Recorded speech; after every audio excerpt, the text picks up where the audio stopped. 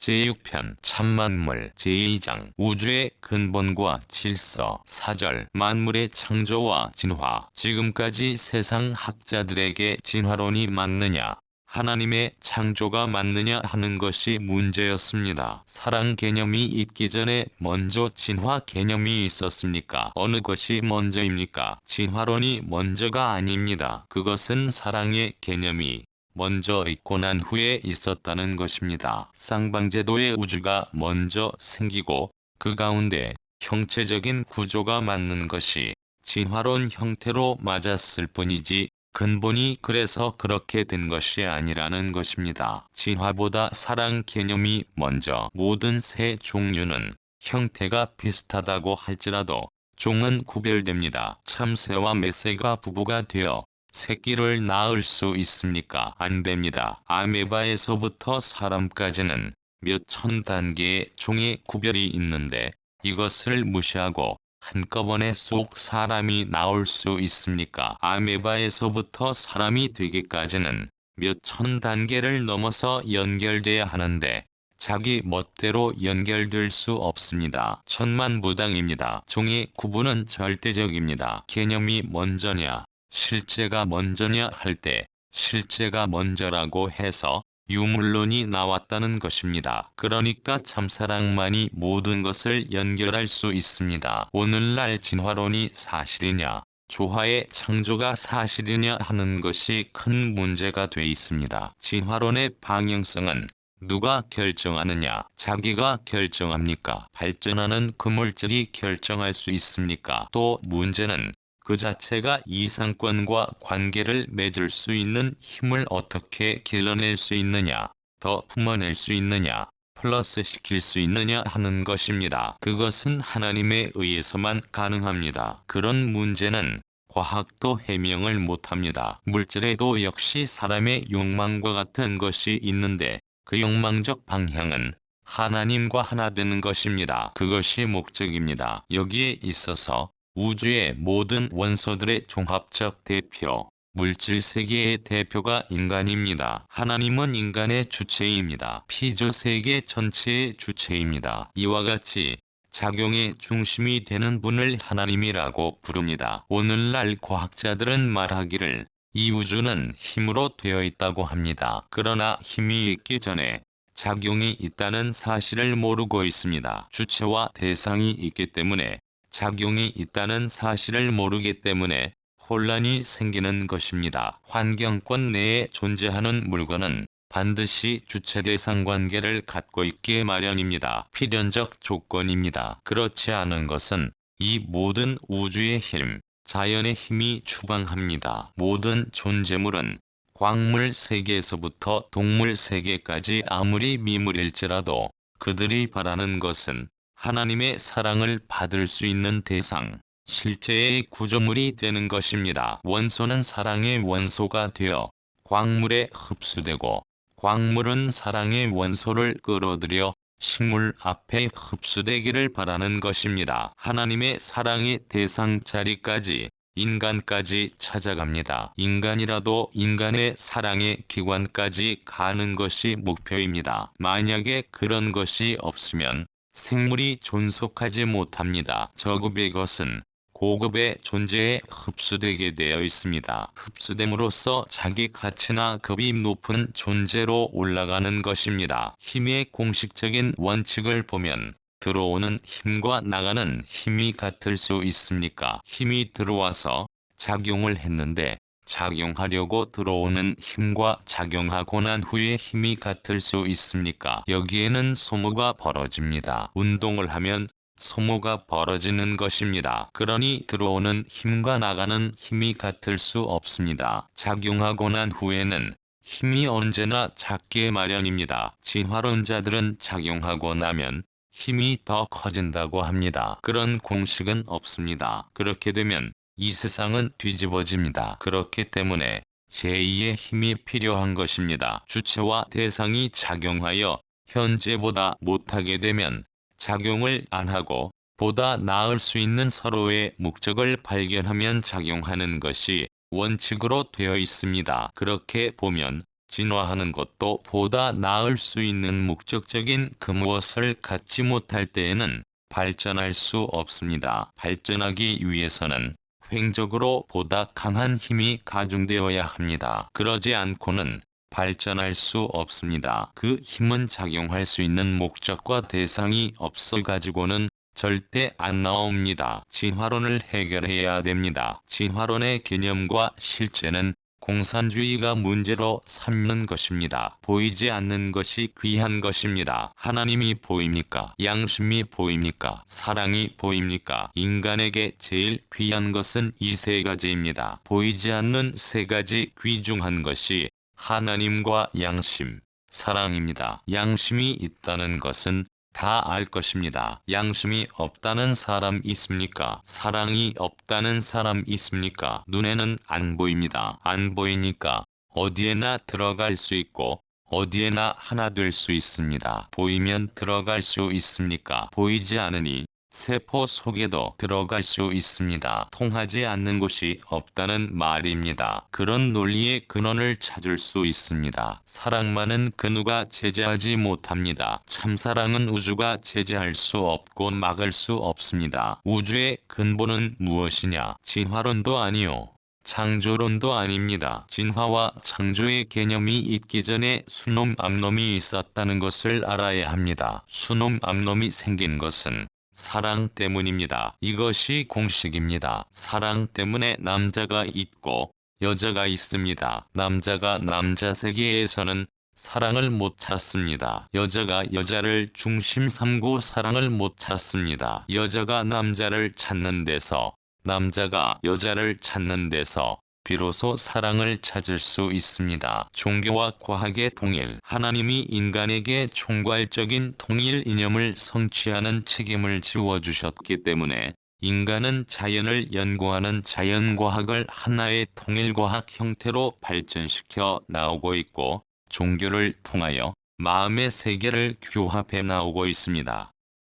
16세기 후반에는 종교와 과학이 갈라졌으나 끝날인 오늘날에 와서는 다시 하나의 목적을 달성할 수 있는 귀일의 단계로 넘어가고 있는 것입니다. 오늘날 과학의 발달, 즉 과학을 중심 삼고 나온 현대 문명이라는 것은 통일적인 외적 이념을 성취해 나오고 있습니다. 그것이 세계적인 통일의 이념권까지 나오고 있습니다. 내적인 면에서 말로 밝혀내는 과학 문명 말고 마음으로 밝혀내는 종교, 즉 인간의 본성과 성품을 밝혀내는 종교와온 인류가 하나 될 수 있는 내적인 세계를 건설하는 사명을 완수해야 됩니다. 오늘날 종교와 과학은 서로 대립되는 입장에 놓여 있습니다. 그러나 원칙은 그런 것이 아닙니다. 끝날에는 반드시 몸을 지은 다음에 생기를 불어넣어 하나님 대신 나설 수 있는 아담을 지으신 것과 같이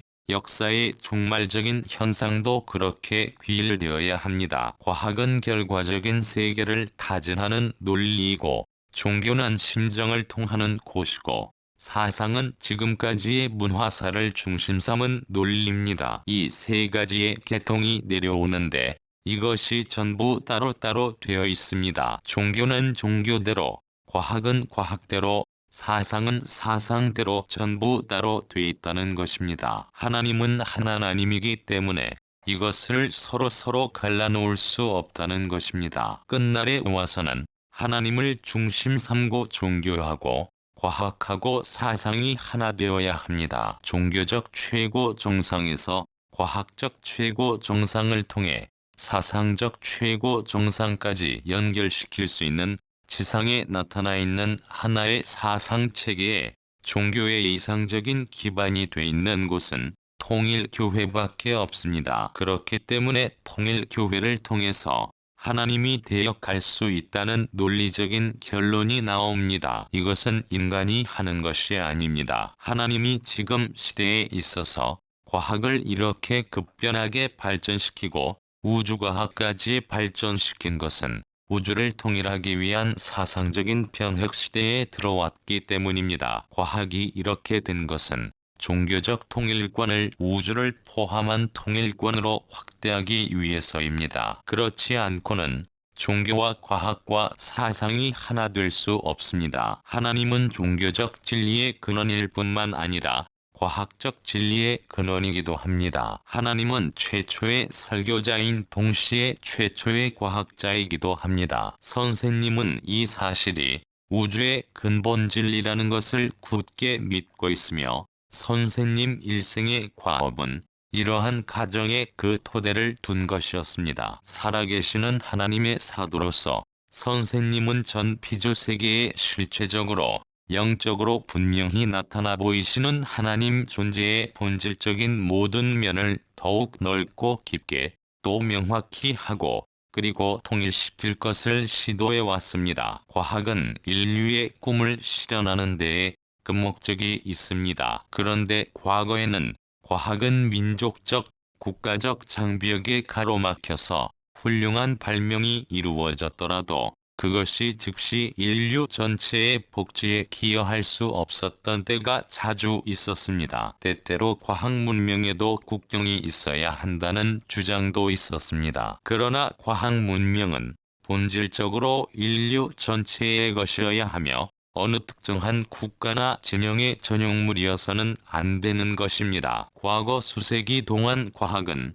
너무 분석적 방법에 기울어져서 많은 부문이 전문화되어 과학의 부품화 현상이 벌어진 것이 사실이나 최근 종합적인 방법에 의하여 세분화된 지식을 종합, 통일하는 소망스러운 경향이 나타나고 있습니다. 통일과학은 그 두드러진 예라고 할 것입니다. 여하간 오늘까지의 과학은 비록 세분화 현상은 있었을 망정 모든 부문이 극악각의 입장에서 오로지 복지 세계의 실현이라는 일치된 목표, 일치된 방향을 지향해 왔던 것이 사실이며 또 앞으로도 그렇게 지향해 나갈 것임을 믿어 의심치 않습니다. 과학은 인간 생활에 있어서 단순한 수단이며 목적일 수는 없습니다. 인생의 목적은 하나님의 창조 목적을 실현하는 데 있습니다. 인간은 영과 육의 결합체입니다. 따라서 인간은 육적 생명을 바탕으로 해서 가치 있는 인생, 곧 사랑과 진리와 선과 미의 생활을 하게 되어 있습니다. 편의적으로 말하자면 과학기술은 영적 생활에 부합되고 육적 생활에 필요한 것입니다. 따라서 가치 있는 생활을 강조하지 않거나 무시하는 과학은 도리어 가치관의 파괴를 가져오며 오늘날과 같은 공포와 불안의 현실로 이끄는 것입니다. 이 불안한 현실에서 인간을 구하는 것은 진정한 가치관을 추구하고 발견함으로써만 이루어질 수 있습니다. 그러므로 과학은 말할 것도 없이 절대 가치에 기인한 이 가치관에 일치하지 않으면 안 됩니다. 절대 가치는 어디에서 발견할 수 있을 것인가? 그것은 하나님의 사랑에서만 찾을 수 있습니다. 하나님의 사랑으로 인한 미와 진리와 선이 곧 절대 가치입니다. 결국 과학기술의 악용에 따르는 피해로부터 인간을 해방하는 것은 과학 자체가 하나님을 인식하고 하나님의 사랑과 같은 방향의 그 기술을 응용할 때에 가능합니다. 하나님은 메시아를 다시 보내시기 전에 반드시 성취하여야 할 두 가지 중요한 숙제가 있었습니다. 그 하나는 고도의 물질 문명의 발달입니다. 하나님의 뜻이 이루어진다는 말은 곧 지상 천국이 이루어진다는 말인데 그것은 영적 천국만을 의미하는 것이 아니라 육적 천국 또는 물질적 낙원도 의미합니다. 그러니 메시아의 강림과 더불어 성취할 고도의 정신 문명을 담을 수 있는 그릇, 말하자면 고도의 물질 문명 세계를 준비하실 필요가 있습니다. 나아가 하나님의 이상에서는 세계가 한나라이니 그 세계가 과학의 발달로 교통과 통신 수단이 고도로 발달하여 온 인류가 일일 생활권 안에서 산다고 하는 것은 지상 천국 건설에 지극히 중요한 요소입니다. 이는 통일 세계 문화 창조에 필요 불가결한 조건입니다. 과학은 인간의 물질적 생활을 개선하는 것이 그 본령이기 때문에 통일과학은 실천면에 있어서 전보다 더 효과적으로 물질적 생활의 개선에 기여할 것입니다. 그러나 본연의 인간이 정신과 육신의 통일체인 것처럼 사회생활도 물질과 정신의 통일적 생활이며 이상세계도 사랑과 창조의 통일적인 세계이기 때문에 물질적 생활의 개선만으로는 진정한 행복의 세계는 실현될 수 없습니다. 그러니 불가피하게 통일과학은 그 역할을 온전히 다하기 위해서 통일 사상과 다시 하나로 합체하지 않을 수 없습니다. 이러한 합치가 이루어지게 될 때 오랫동안 숙제였던 종교와 과학의 통일이 실현되어서 명실상부한 복지 세계, 행복한 세계, 선한 통일 세계가 이루어지게 될 것입니다.